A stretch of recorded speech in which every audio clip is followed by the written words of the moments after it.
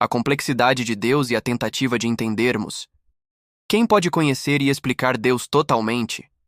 Essa pergunta ecoa na mente de buscadores espirituais, teólogos e pessoas comuns ao redor do mundo, em todas as épocas da história. Há algo em Deus que transcende qualquer explicação simples.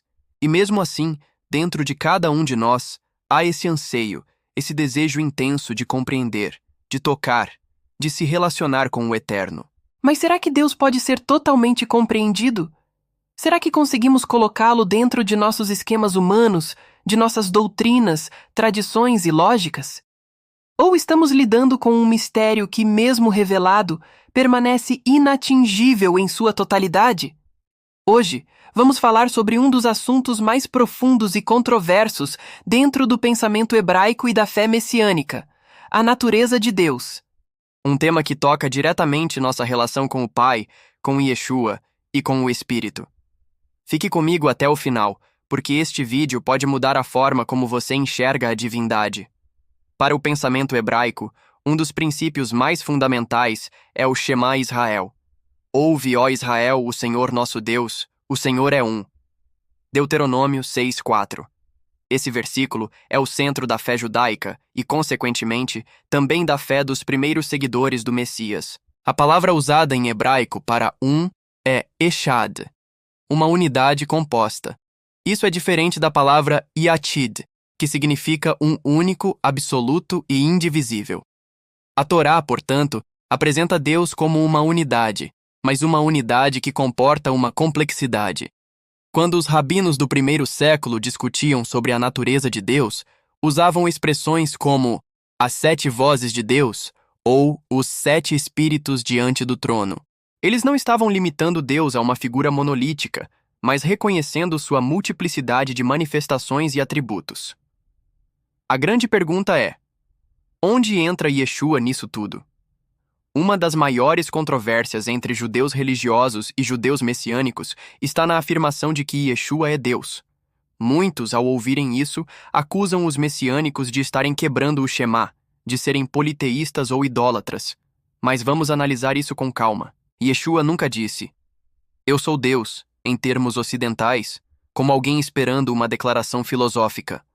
Mas ele fez afirmações que, para o contexto judaico do primeiro século, eram claras referências à sua divindade. Quando Yeshua disse: "Antes que Abraão existisse, eu sou", João 8,58, ele estava usando a mesma expressão que Deus usou para se revelar a Moisés na sarça ardente. Ehyeh Asher Ehyeh. Eu sou o que sou. Os judeus ali presentes entenderam muito bem essa afirmação poderosa. Por isso pegaram pedras para apedrejá-lo. Outro ponto crucial é a autoridade com que ele falava, perdoando pecados, acalmando o mar, expulsando demônios, ressuscitando mortos. Os profetas faziam milagres, mas Yeshua fazia com a própria autoridade, como alguém que comanda os elementos da criação. Isso vai além de um profeta ou mestre iluminado. Yeshua também aceitou adoração. Quando Tomé, ao vê-lo ressurreto, disse: "Meu Senhor e meu Deus", Yeshua não o corrigiu. Ele aceitou aquela declaração. Isso nos leva à questão da natureza do Messias. Será ele uma manifestação de Deus entre nós?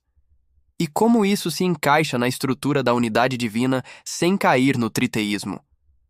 Outro ponto que precisamos analisar é o papel do Espírito Santo, ou Ruach HaKodesh, na compreensão da natureza de Deus. Na tradição judaica, o Espírito de Deus nunca foi visto como algo separado dele. O Ruach é o próprio sopro divino, a presença que pairava sobre as águas na criação, que encheu os profetas e que capacitou os servos do Altíssimo a realizar grandes feitos. No livro de Atos, vemos esse mesmo Espírito sendo derramado sobre os discípulos, capacitando-os a falar em outras línguas, a curar e a proclamar o reino de Deus com ousadia. O Ruach HaKodesh é apresentado como tendo vontade, emoções e personalidade. Ele guia, ensina, consola. Assim, quando falamos sobre a Trindade, estamos na verdade tentando colocar em palavras humanas uma realidade espiritual hebraica mais antiga. Deus se manifesta como Pai, origem de tudo, como Filho, a palavra encarnada, e como espírito, presença que habita e capacita. Mas tudo isso dentro da unidade de Deus, Echad. Imagine tentar colocar o oceano dentro de um copo.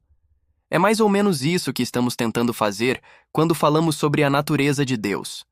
Nós temos limites mentais, emocionais e espirituais. Deus não tem. Por isso, toda tentativa de descrever Deus será imperfeita. Toda doutrina que tenta definir 100% quem ele é, corre o risco de reduzir o infinito a um conceito finito. E aqui está o problema. Muitos conflitos entre judeus e cristãos, entre denominações, entre messiânicos e ortodoxos, vêm justamente dessa tentativa de explicar o inexplicável, definir o indefinível e limitar o ilimitado.